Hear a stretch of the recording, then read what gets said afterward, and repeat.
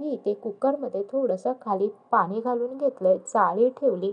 आता आपल्याला बटाटे ठेवायचे आहेत. मी 4 मध्यम साईजचे बटाटे कुकरमध्ये ठेवले. अजिबात मी बटाटे शिजवताना त्यामध्ये पाणी घातलं नाही. ही पहिली टिप. आपण जेव्हा बटाट्याचे पराठे करतो तेव्हा बटाटे कुकरमध्ये शिजवताना कुकरच्या डब्यामध्ये पाणी न घालताच 3 शिट्या काढूनच आपल्याला हे बटाटे शिजवून घ्यायचे. इथे मी 1.5 कप एवढं गव्हाचं पीठ घेतलंय. छोटा पाव चमचा मीठ घालून मीठ आपल्याला पिठामध्ये मिक्स करून घ्यायचंय.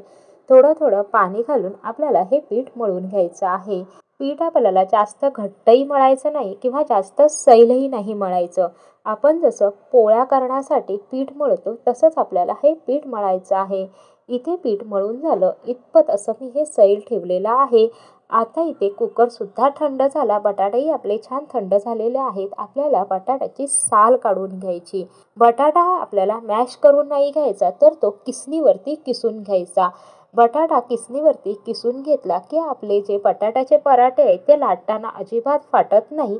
व्यवस्थित आपल्याला लाटता येतात. ह्या छोट्या छोट्या टिप्स आहेत, ह्या तुम्ही फॉलो केलात. तुम्ही पहिल्यांदा जरी बटाट्याचे पराठे करत असाल तरी तुमचे पराठे व्यवस्थित तयार होतील.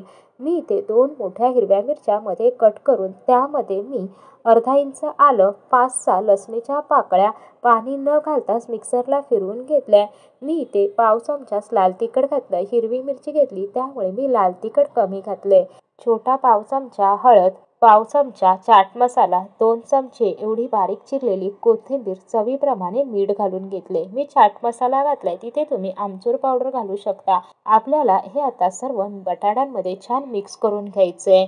तुम्हाला जेव्हा पराठे करायचे असतील तेव्हाच त्या मिश्रणामध्ये मीठ घाला. त्याआधी मीठ घालू नका. मीठ जर तुम्ही आधीच घातलं तर बटाट्याला पाणी सुटेल आणि तुमचं हे मिश्रण जे आहे पराठ्याचं ते सैल होईल.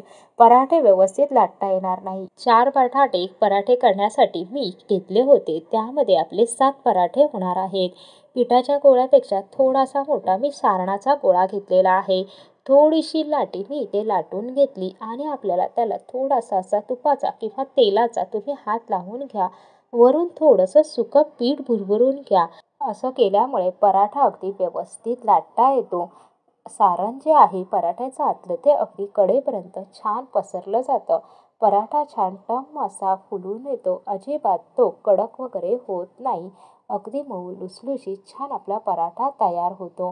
तुम्ही इथे सारणाचा गोळा बघू शकता. पिठाच्या गोळ्यापेक्षा मी किती मोठा घेतलेला आहे.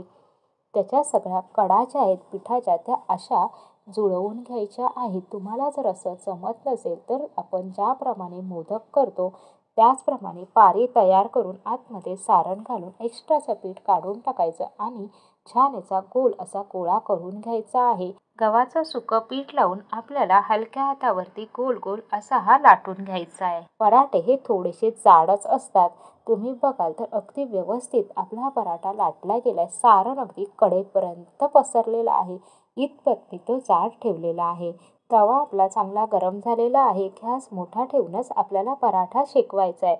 आपल्याला पराठा एका साईडने थोडासा शेकला की नंतर आपल्याला तेल, तूप, बटर तुम्ही तुमच्या आवडीनुसार काही लावून पराठा शेकवू शकता. पराठा शेकताना पराठाच्या कडा ज्या आहेत त्या दाबून घ्यायचा, म्हणजे पराठा अगदी चांगला टम्म असा फुलून येईल. तुम्ही बघू शकता आपला पराठा अगदी छान फुललेला आहे. मी दोन्ही साईडून त्याच्या कडा दाबून पराठा चांगला शेकवून घेतलेला आहे. मी तुम्हाला आता अजून एक पराठा ह्याच पद्धतीमध्ये शेकवून दाखवते. तो पराठा पण तुम्ही बघाल तर अगदी छान फुलून येतोय. आपले पराठे अगदी सारण भरपूर भरून सुद्धा व्यवस्थित फुलत आहेत. इथे मी तेल लावून घेतलंय. एका साईडने थोडासा शेकल्यावर दुसऱ्या साईडने सुद्धा मी हा शेकवून घेतला. हाही पराठा बघाल तर अगदी छान टम्म फुललाय. पराठे शेकताना त्याच्या थोड्याशा कडा ज्या आहेत त्या दाबून घ्यायचा, म्हणजे पराठे सगळीकडून व्यवस्थित एकसारखे शेकले जातात. बटाट्याचे पराठे जरी तुम्ही पहिल्यांदा जरी करत असाल तरी तुमचे आता परफेक्ट होतील. बटाटा उकडताना कुकरच्या डब्यामध्ये पाणी घालू नका. नंतर बटाटे किसून घ्या. बटाटे मॅश करून घेऊ नका. बटाट्याच्या सारणामध्ये जेव्हा तुम्ही पराठे करायला घेणार तेव्हाच मीठ घाला, म्हणजे बटाट्याला पाणी सुटणार नाही. तुमचं सारण ओलसर होणार नाही. ह्या ज्या छोट्या छोट्या टिप्स आहेत त्या तुम्ही फॉलो करून पराठा केला तर तुमचे पराठे अगदी परफेक्ट होतील.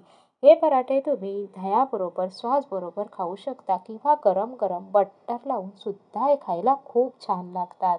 रेसिपी आवडली असल्यास लाईक, शेअर, सबस्क्राईब करा. रेसिपी आवडली तर कमेंट करून सांगायला विसरू नका. भेटूया पुन्हा असेच लवकरच नवीन रेसिपीसोबत नवीन व्हिडिओमध्ये. रेसिपी संपूर्ण पाहिल्याबद्दल तुमचे मनःपूर्वक धन्यवाद.